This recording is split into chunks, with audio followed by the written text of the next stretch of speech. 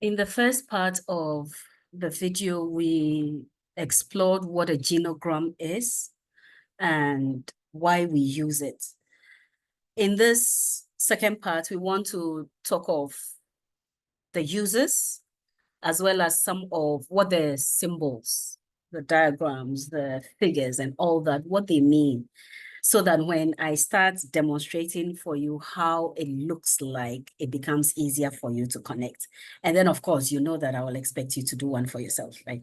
Okay, so uses of genograms. You can see from the diagram that this is somebody's hand-drawn one. And so whether I use a software or I don't, you know that you can always use your own hands to do a free draw or to use a rule and do the squares and then maybe a compass to do the circles. But you can always do a free draw. So typically the genogram is constructed from information gathered during the first meeting with the client. And then as time goes on, we revise it as new information becomes available. The initial assessment forms the basis for treatment. What genograms do is that they help us as clinicians get to know a person and his or her family. So when we create a systemic perspective, it helps to track the family issues through spaces and time. And what genogram also does is it enables a clinician to reframe or detoxify or normalize emotion-laden issues. So sometimes when things happen, it might look like this is the end of the world, but then the genograms help us to reframe things. Genograms can also be extremely valuable when we are working collaboratively with clients to reframe negative life stories into narratives of resilience and transformation. And I have an example like that. If I've taught you before, I shared with you the case of a client I had who was a refugee and came from one of the Asian countries, and how the genograms helped us sift out the resilience that she had. Because historically, her narrative in therapy had been that she's weak, she's not good enough. But as we use the genograms, we're able to track that she's a very prominent person in her family. Okay. The genogram interview also provides a ready vehicle for systemic questioning. In addition to providing information for the clinician, the genogram interview also helps us connect with clients and understand them from a systemic perspective. Genograms also help us to map the family structure, how they function, the relationships they have with one another, and to update the map as more information emerges. And I will probably, if we have time, I will share with you some of the roles that we all tend to play in families and how these things come up when we use the genogram interview. Okay, for clinical record, the genogram provides an efficient summary, allowing a person unfamiliar with the case to quickly grasp a huge amount of information. So what the genogram shows me, I will have to use 5 or 6 pages of written notes. But when I just look at the picture, it gives you an idea of what kinds of relationships are happening. And so the symbols are as consistent over a wide array of professions. So when we use a square, almost all of us understand what a square means. When we use a triangle, almost all of us understand it. But invariably, every time you use a genogram, you have to provide a key for it. Okay.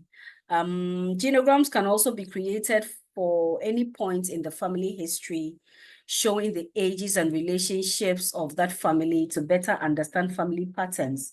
So I've had to use genograms to track people's maybe adolescents, even though currently they are adults, and how some of the things played out and how that can help them. There are some softwares that make it easy to do some of these things and to be able to, so what the software does is it updates the information automatically as and when you enter. But even if you don't have a software, you can always do the hand draw as often and as many times as you need to. The graphic format of genograms also make it easier for us to grasp the complexity of a family's context, including their history, the patterns, events, coincidental stresses that may have ongoing significance for client care. Just as our spoken language potentiates and organizes our thought processes, genogram maps of relationships and patterns of functioning help clinicians to think systemically about how events and relationships in clients' lives are related to patterns of health or patterns of illness or relationships and functionings in their family. Okay, so this is a sample of how a hand-drawn one looks like. Let's see if we can walk through some of the symbols.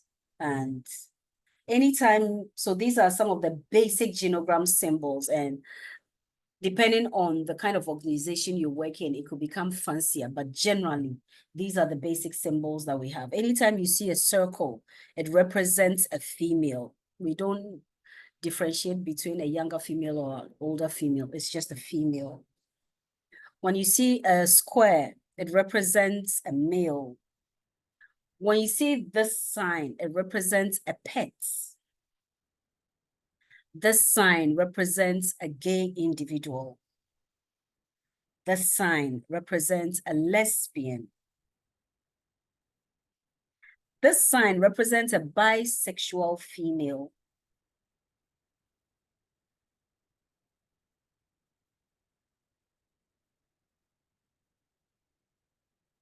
Let's see.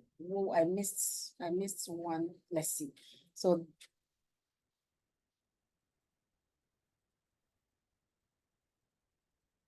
oh, so this is a transgendered female to male. And this is a transgendered male to female. Did I miss any? I don't think so. You see a sign like this. When you see this one with the cross here, it signifies an abortion. When it's a dark, round, black like that, it represents miscarriage. When you see anything that looks like this, as if there's a partial triangle connecting to its twins, this is because it's square, is male, twin boys or twin men.